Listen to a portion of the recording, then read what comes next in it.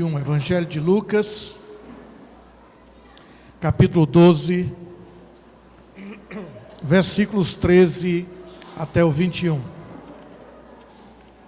Ordena a meu irmão que divida comigo a herança. Porém Jesus lhe replicou: homem, quem me designou juiz ou negociador entre vós? Em seguida lhes advertiu: tende cautela e guardai-vos de toda e qualquer avareza, porquanto a vida de uma pessoa não se constitui do acúmulo de bens que possa conseguir. E lhes propôs uma parábola. As terras de certo homem rico produziram com abundância. E ele começou a pensar consigo mesmo: que farei agora, pois não tenho onde armazenar toda a minha colheita? Então lhe veio à mente: já sei, derrubarei os meus celeiros e construirei outros ainda maiores, e ali guardarei toda a minha safra e todos os meus bens. E assim direi à minha alma: tens grandes quantidades de bens depositados para muitos anos. Agora, tranquiliza-te, come, bebe, diverte-te. Contudo, Deus lhe afirmou: tolo, esta mesma noite arrebatarei a tua alma.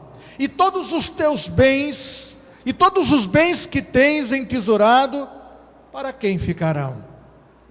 E isso também acontece com quem poupa riquezas para si mesmo, mas não é rico para com Deus. Até aqui. Senhor, nós queremos abrir a nossa mente, o nosso coração, a nossa alma, para a Tua Palavra e para o Teu Espírito que será ministrado nessa noite.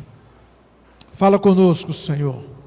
É assim que nós te oramos e por fé nós te agradecemos, no nome de Jesus. Amém. Antes de mais nada, eu queria reforçar aqui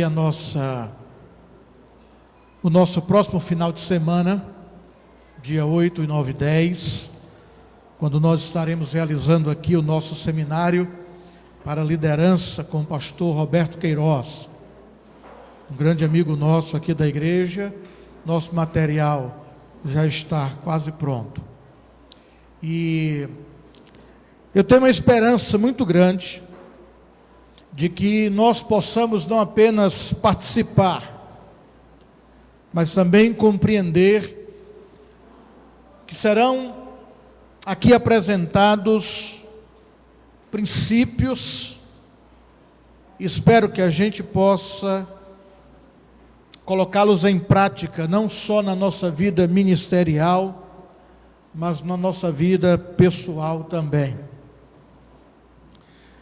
Espero que sejamos, ou que aprendamos a ser bons mordomos do tempo, dos talentos, das finanças, e bons mordomos do Evangelho do nosso Senhor Jesus Cristo.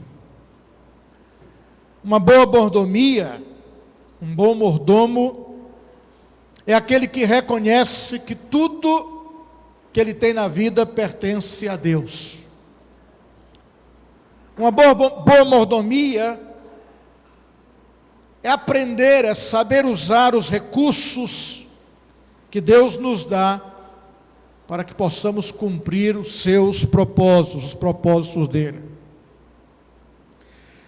Eu achei apropriado falar isso como introdução para a nossa reflexão, porque a nossa reflexão de hoje à noite é sobre um homem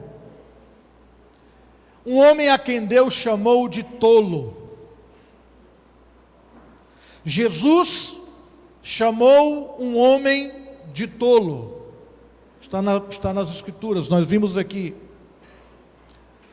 E o que é notável nesse texto, nesse episódio, em que Jesus chama um homem de tolo, de louco, de insano, é que esse homem a quem Jesus chamou de tolo, a quem Jesus classificou como um ser humano tolo, a maioria de nós aqui classificaria como um ser humano bem sucedido na vida, porque o sujeito era rico, era um homem de muitas posses. Só que tolo na linguagem bíblica não é alguém com incapacidade mental. Louco não é alguém que não consegue juntar, coordenar ideias e pensamentos. Não é alguém que não consegue ter uma sentença, uma reflexão intelectual, ou alguém que não consegue se posicionar profissionalmente na vida.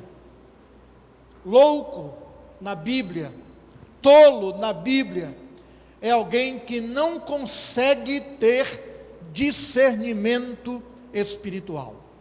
Isso é tolo. A pergunta que eu acho que é interessante para a gente prosseguir com a nossa reflexão hoje à noite é a seguinte: por que Jesus chamou esse homem de tolo? Qual foi a ofensa, se é que existiu, para que Jesus chame alguém de tolo? O que tem nessa história aqui que Jesus chama alguém, conta uma parábola e chama alguém de tolo? Aí eu vou me atrever e fazer uma pergunta, quero acrescentar uma outra pergunta, essa de caráter mais individual, mais pessoal. Será que eu sou um tolo aos olhos de Deus? Será que nesse instante em que nós estamos reunidos aqui, em que eu estou pregando e vocês estão me ouvindo, tem alguém hoje à noite aqui? Será que existe alguém de nós que Deus chamaria de louco, de tolo, de insano? Esse episódio aqui acontece no seguinte ambiente: Jesus está no meio de um sermão, ele está pregando. Existe uma multidão ouvindo Jesus, uma grande plateia. E quando Jesus está pregando, alguém da plateia o interrompe de maneira brusca, porque está profundamente insatisfeito com aquilo que ele considera que é uma injustiça que ele está sofrendo, uma divisão injusta da propriedade do seu pai. Há uma querela, há um questionamento, há uma intriga, há uma discussão, uma falta de compreensão, de entendimento entre ele e o seu irmão mais velho. O versículo 13 diz assim: aconteceu que nesse ponto, enquanto Jesus estava pregando, um homem que estava no meio da multidão lhe requereu: mestre, ordena, obriga a meu irmão que divida comigo a herança. A impressão que se tem é que esse homem não tinha controle sobre a herança. Então, provavelmente ele era o irmão mais novo, porque pela lei judaica, era o irmão mais velho inventariante. Era o irmão mais velho que tinha autoridade. E tem mais: só os filhos homens tinham direito à herança paterna no Antigo Testamento, as mulheres não. E o filho mais velho, o primogênito, era protegido. E diz a Bíblia que o mais velho deveria receber uma porção dobrada dos bens dos pais, ou da herança paterna. Diz assim, em Deuteronômio 21:17: reconhecerá como primogênito o filho da mulher que ele não prefere, concedendo-lhe porção dupla de tudo quanto possuir, porque ele é a primícia da sua virilidade, e todos os direitos do filho mais velho, o primogênito, lhe pertencem. Então o primeiro filho, o filho primogênito, era cheio de direitos. Segundo Roland de Vaux, um escritor, ele é um profundo conhecedor em Antigo Testamento, em relação de família no Antigo Testamento, ele diz o seguinte, no livro chamado Instituições de Israel do Antigo Testamento, da editora teológica, diz, é provável, a respeito desse texto aqui, ele diz, é provável que só se repartissem os bens imóveis, para que se mantivesse intacto o patrimônio da família. As casas ou a casa e as terras eram atribuídas ao primogênito para que elas ficassem indivisas, ou seja, para que elas não fossem repartidas, para que a herança da família não fosse destruída. Vocês lembram do filho pródigo? Como ele se antecipa e pede parte da sua herança e vai embora.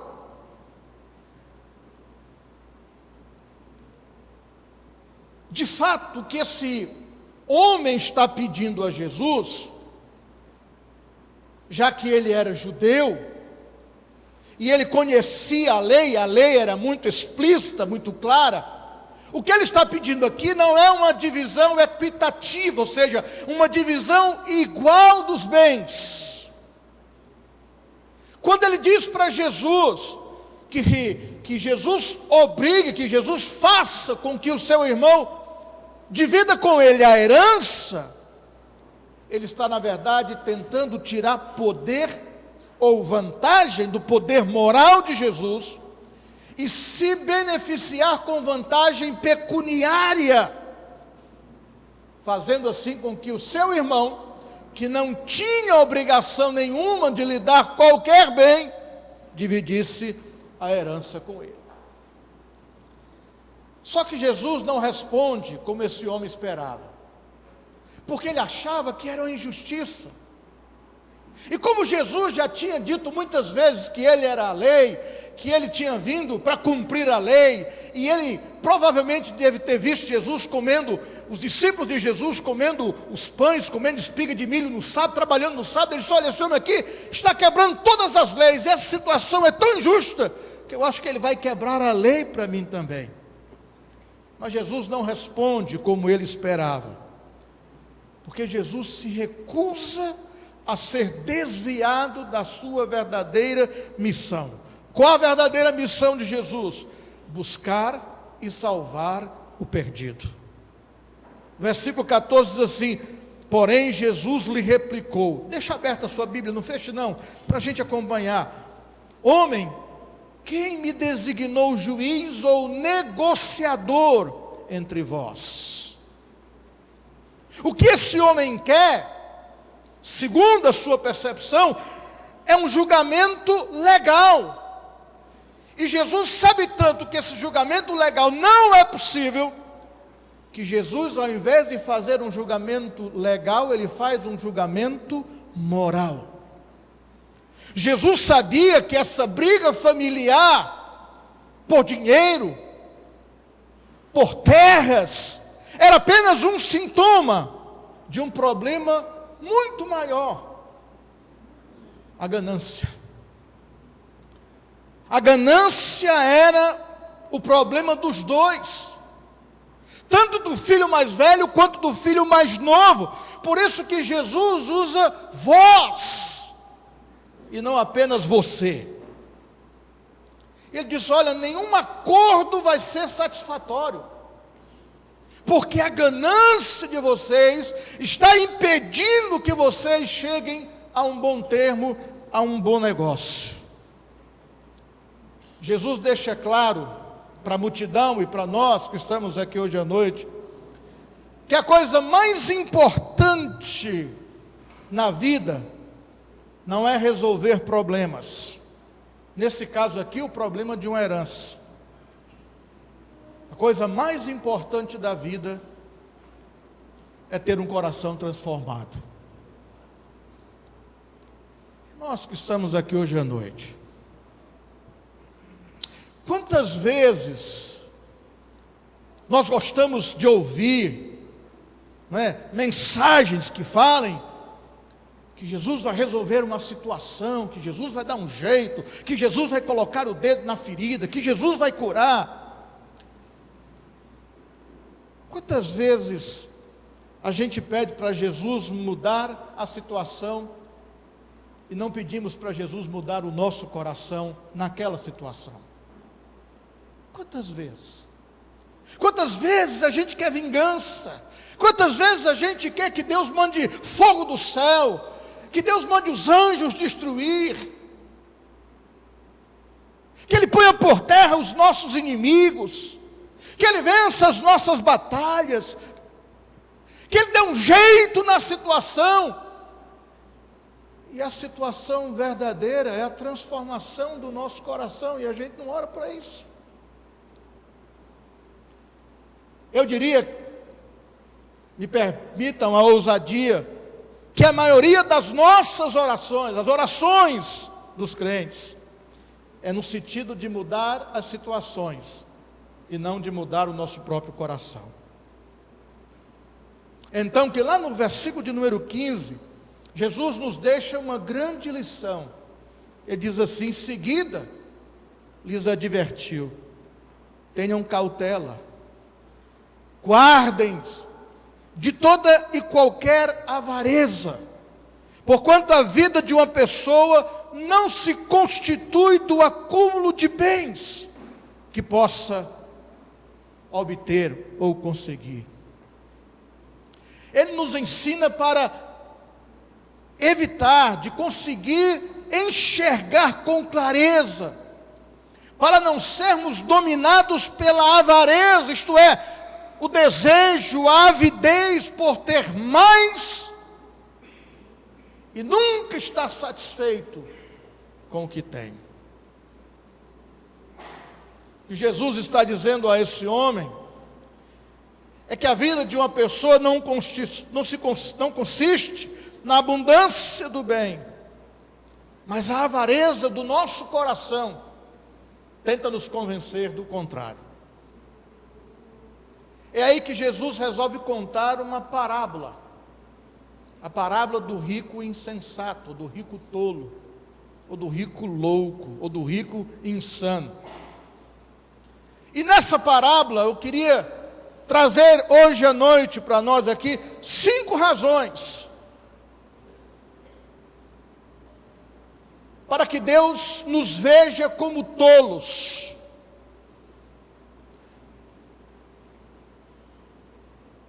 A primeira delas: nós somos tolos, nós somos chamados de tolos por Deus, quando nós não damos a Deus o crédito pelas coisas que Ele faz por nós. Está aqui no versículo 16: as terras de certo homem rico produziam com abundância. Vocês leram o texto? As terras de certo homem rico produziram com abundância. A terra produziu, era a terra que estava fazendo brotar. A terra, a fazenda, a plantação de certo homem rico produziu com abundância. Jesus fala essa parábola se dirigindo à multidão.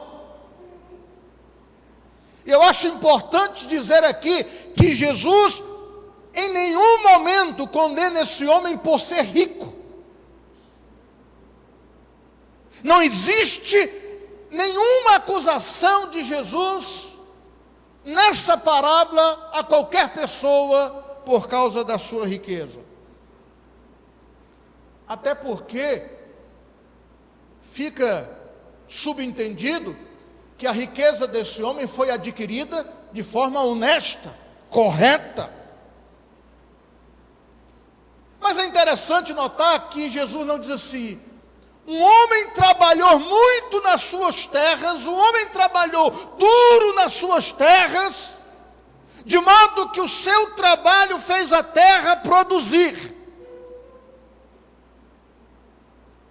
Não é isso que o texto diz. Não diz que ele trabalhou muito e acumulou uma grande riqueza. Diz que a terra de certo homem rico produziu com abundância.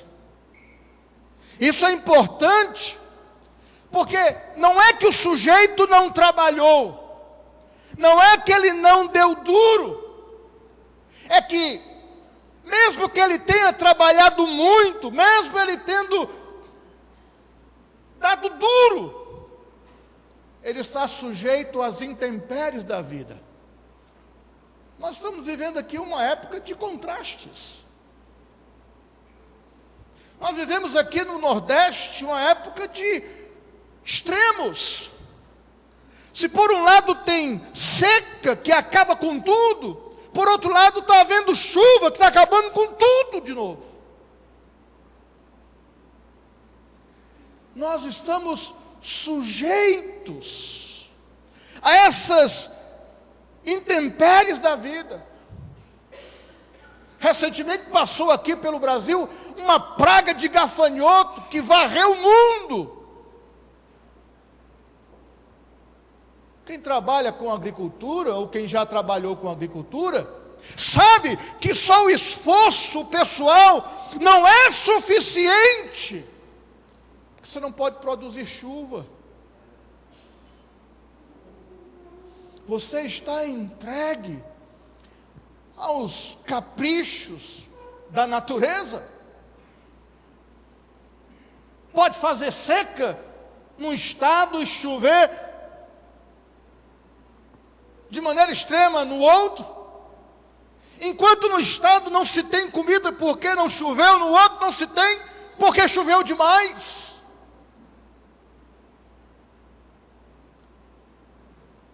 O fato é que quando esse fazendeiro, esse homem olha para a sua incrível colheita, ele olha para os seus celeiros superlotados, cheios, ele não foi capaz de ver a mão de Deus agindo em seu favor. Ele acreditou que tudo era fruto do seu próprio esforço, da sua própria habilidade. O teólogo Warren Wiersbe diz assim: as bênçãos materiais da vida ou são o espelho no qual nós vemos a nós mesmos,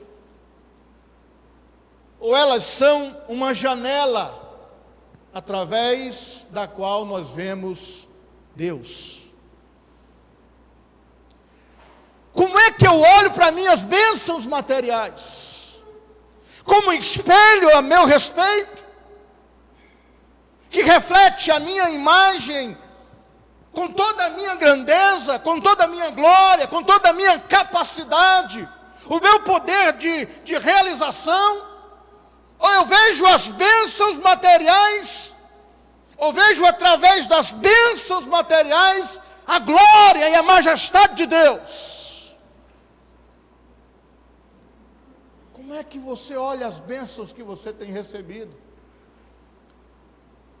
A sua capacidade de dialogar, de construir, de edificar. Ou você é capaz de reconhecer que as bênçãos que você recebe vêm de Deus? Nós não podemos cair no mesmo erro, cometer o mesmo erro desse homem que olhou para os seus celeiros fartos e achou que eles estavam fartos por causa das suas habilidades e da sua capacidade.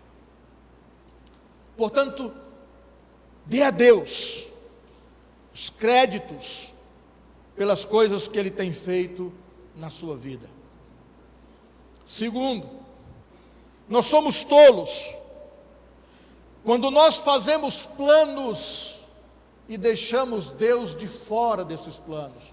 quando nós não incluímos Deus nesses planos que a gente faz.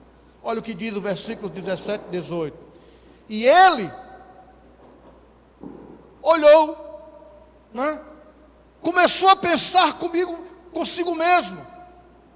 O que eu vou fazer agora? Pois não tenho onde armazenar toda a minha riqueza, toda a minha colheita. Então lhe veio à mente: já sei, derrubarei os meus celeiros, construirei outros ainda maiores, e ali guardarei toda a minha safra e todos os meus bens. Pastor, o que há de errado em construir celeiros? O que há de errado em fazer melhorias? O que há de errado em melhorar as estruturas, em administrar bem as finanças, os bens? Nada. Pelo contrário, isso é sábio e prudente. Mas veja como é que esse homem pensava ao se referir sobre as estruturas, sobre construir, sobre melhorar.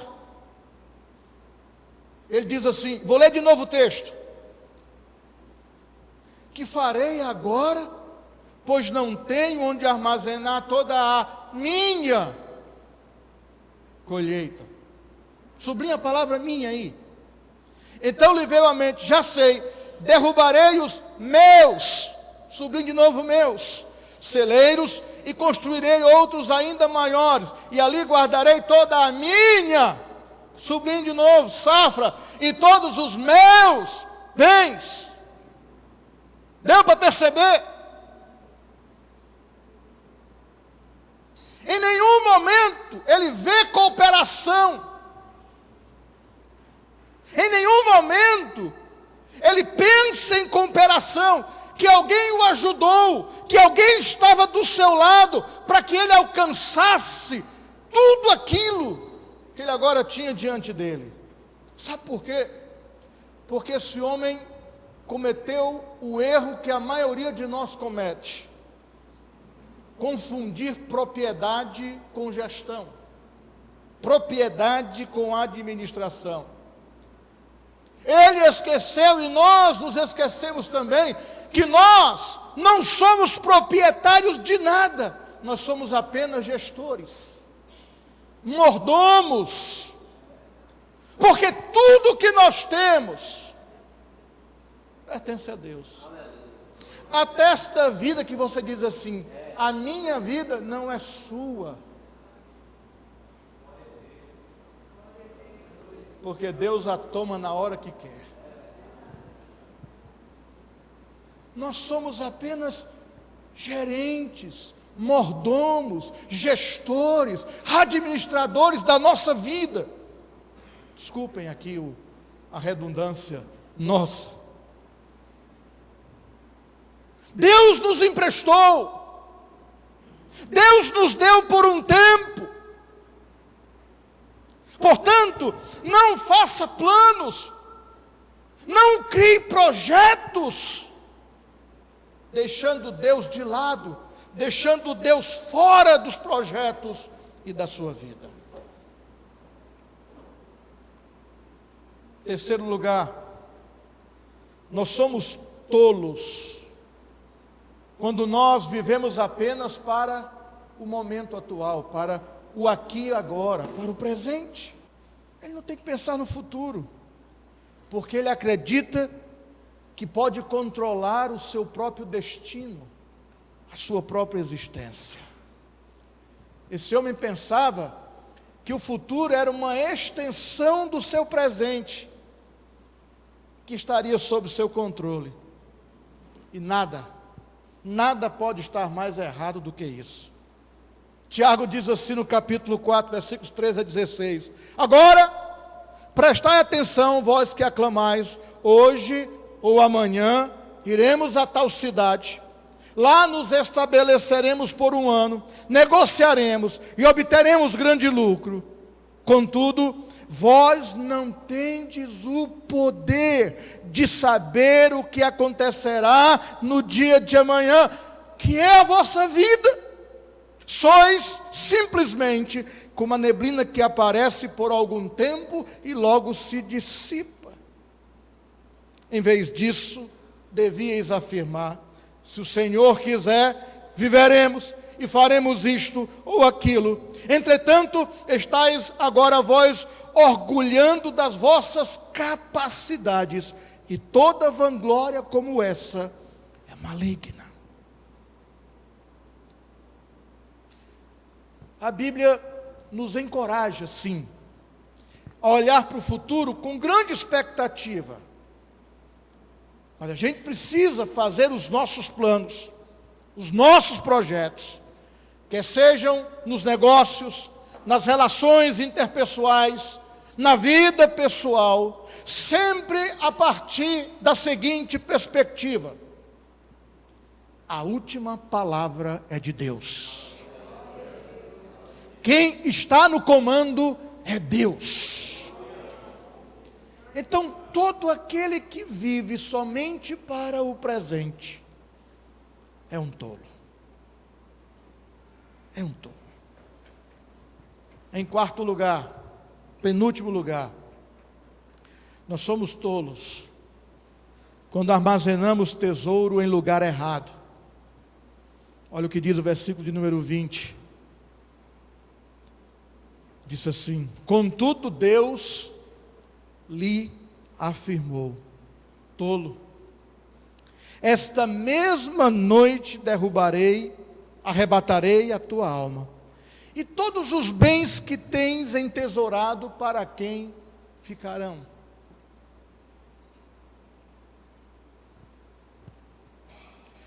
Que é o tolo na Bíblia? É aquele que deixa Deus fora de qualquer perspectiva, de qualquer consideração. Esse homem achava que era esperto, porque ele olhou para as suas riquezas, para as suas construções, para os seus celeiros, para os seus armazéns, para as mercadorias. Ele disse assim: eu tenho expertise, eu sou um cara bom no negócio, esse negócio é para mim, eu sou o cara,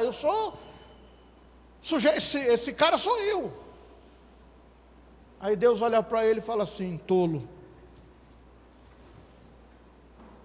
Mas ele não é tolo simplesmente por achar que é tão bom quanto ele pensa que é, mas porque ele vive como se Deus não existisse. Ele é tolo quando ele não reconhece que seus bens materiais vêm de Deus, quando ele nem reconhece que a bênção material traz responsabilidades para com Deus. Deus o chama de tolo, de insensato, porque ele deixa Deus fora da sua vida. Eu li a história de um pastor chamado George Truett. Ele é pastor no Texas. E um dia um rico fazendeiro, um milionário, o convidou para jantar na sua mansão. Vocês sabem, nos Estados Unidos o jantar é 5 horas da tarde, 4 horas para 5 horas da tarde. Jantar, e o jantar lá é diferente da gente aqui, Aí ele foi, o pastor George Truett foi para a casa desse homem rico, esse rancheiro no Texas. Depois da refeição, o rancheiro convida ao pastor para que ele vá até lá fora, vão sentar no alpendre da hacienda, e ele aponta assim para frente da sua casa e diz: pastor, dá para o senhor enxergar o final das minhas terras aqui, em frente? O senhor está vendo? Esse lado de cada minhas terras é cheia de poços de petróleo, todos eles trabalhando 24 horas por dia, sem cessar. Pastor, há 25 anos atrás, eu não tinha nada. Tudo isso agora é meu. Depois virou-se assim para a direita, apontou para o seu lado, do lado direito da mansão, disse: pastor, o senhor está vendo esses grandes campos de grãos plantados? Aí tem todo tipo de grão que o senhor imaginar. Eu tenho uma colheita que daria para eu viver e alimentar toda a população do Texas, por muitos anos. Você está vendo tudo isso aí? Isso tudo também é meu, pastor. Esse pastor, por favor, vem aqui. Ele olhou para o lado esquerdo das suas terras e disse: pastor, o senhor vê aí os currais? Olha que rebanho enorme eu tenho desse lado. Pastor, eu nem sei quantas cabeças de gado eu tenho. Eu preciso de vários homens para gerenciar os rebanhos. Eu tenho um gerente para cada rebanho, para cada tipo de animal.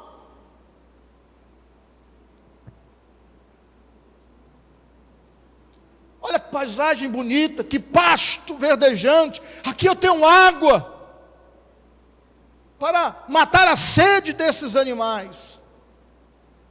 Pastor, são todos meus. Por fim ele disse: pastor, vem aqui atrás. E levou o pastor, conduziu o pastor para de trás da sua mansão. Disse: pastor, olha aqui. Aqui atrás tem uma floresta intacta, preservada. Aqui ninguém entra, tem capatazes. Eu tenho homens armados protegendo essa floresta. Eu tenho animais selvagens. Alguns deles estão em extinção. E olhou para o pastor e disse: pastor, tudo isso também é meu. E depois ele fez uma pausa, esperando que o pastor dissesse assim: rapaz, parabéns. Você é um homem bem sucedido. Explique aí qual foi a sua técnica de administração. Eu quero cumprimentá-lo pela sua imensa riqueza e sucesso. No entanto, o velho pastor colocou uma mão no ombro dele e com a outra mão apontou para o céu e disse: e para aquele lado? O que foi que você armazenou?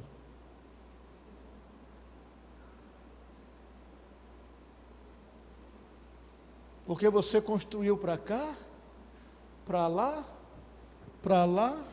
e para lá. Mas e para lá?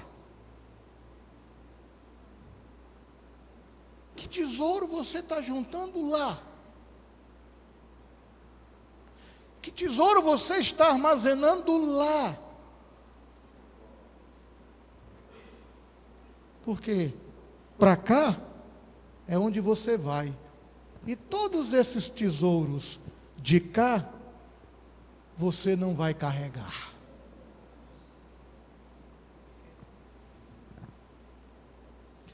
Ele disse, baixou a cabeça, coçou um pouquinho e disse: pastor, eu não tinha pensado sobre isso. O tolo acumula tesouros no lugar errado.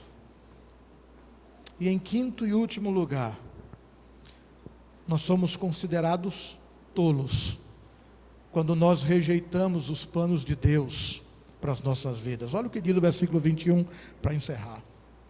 Isso também acontece com quem poupa riquezas para si mesmo, mas não é rico para com Deus.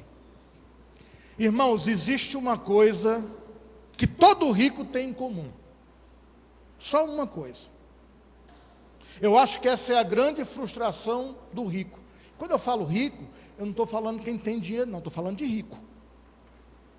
Vocês sabem o que é rico, né? Rico não é quem tem dinheiro. Rico é outra coisa. Mas tem uma coisa que todo rico tem em comum. Vocês sabem o que é? Vocês sabem o que é? É que quando eles morrerem, não vão poder comprar.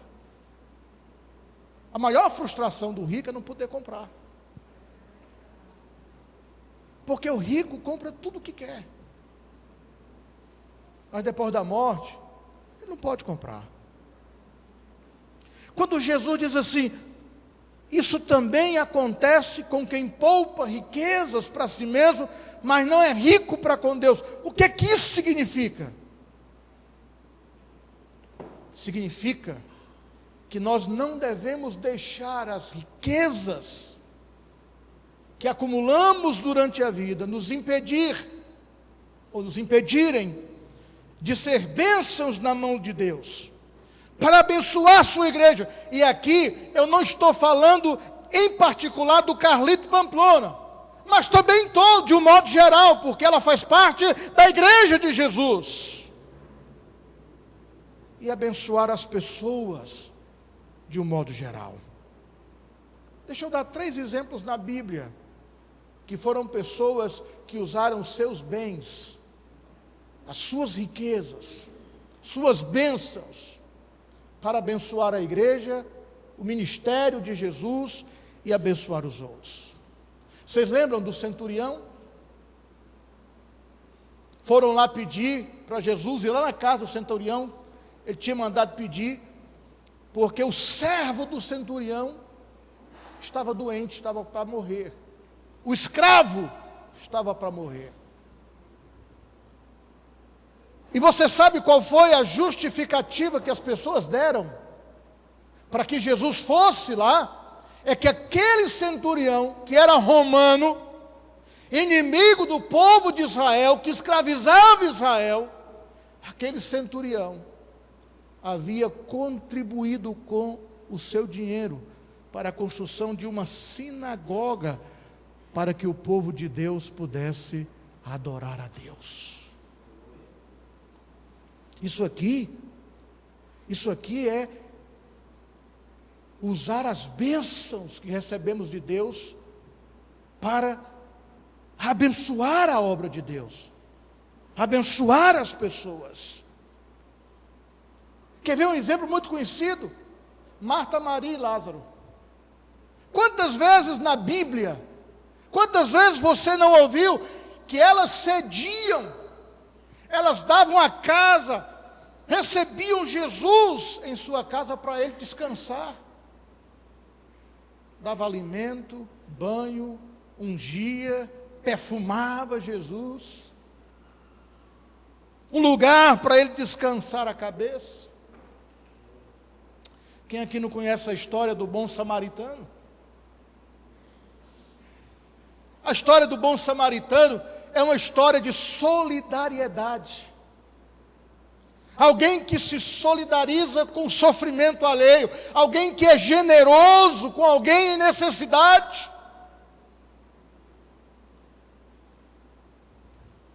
Deixa eu dizer uma coisa para você hoje à noite.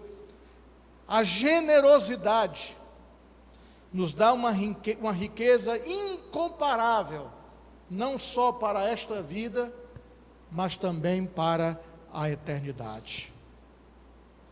Tolo é aquele que rejeita os planos de Deus para a sua vida. Queridos irmãos, hoje o texto que nós lemos nos deu 5 razões para que a gente não viva como um tolo, como um insensato nessa vida. Não dá crédito a Deus pelas coisas que Ele tem feito, nos torna tolo ou tolos. Fazer planos e não colocar Deus neles nos faz tolos. Viver apenas para o aqui e agora nos faz tolos. Armazenar tesouros nos lugares errados nos faz tolo. E rejeitarmos os planos de Deus para as nossas vidas também nos faz tolos. Eu vou repetir a pergunta que eu fiz no início. Se você olhar para a sua vida hoje, agora, hoje à noite, nesse momento, você acha que Deus está chamando você de tolo? Deus está dizendo assim para você: tolo, insensato, Qual é a sua resposta a Jesus hoje à noite?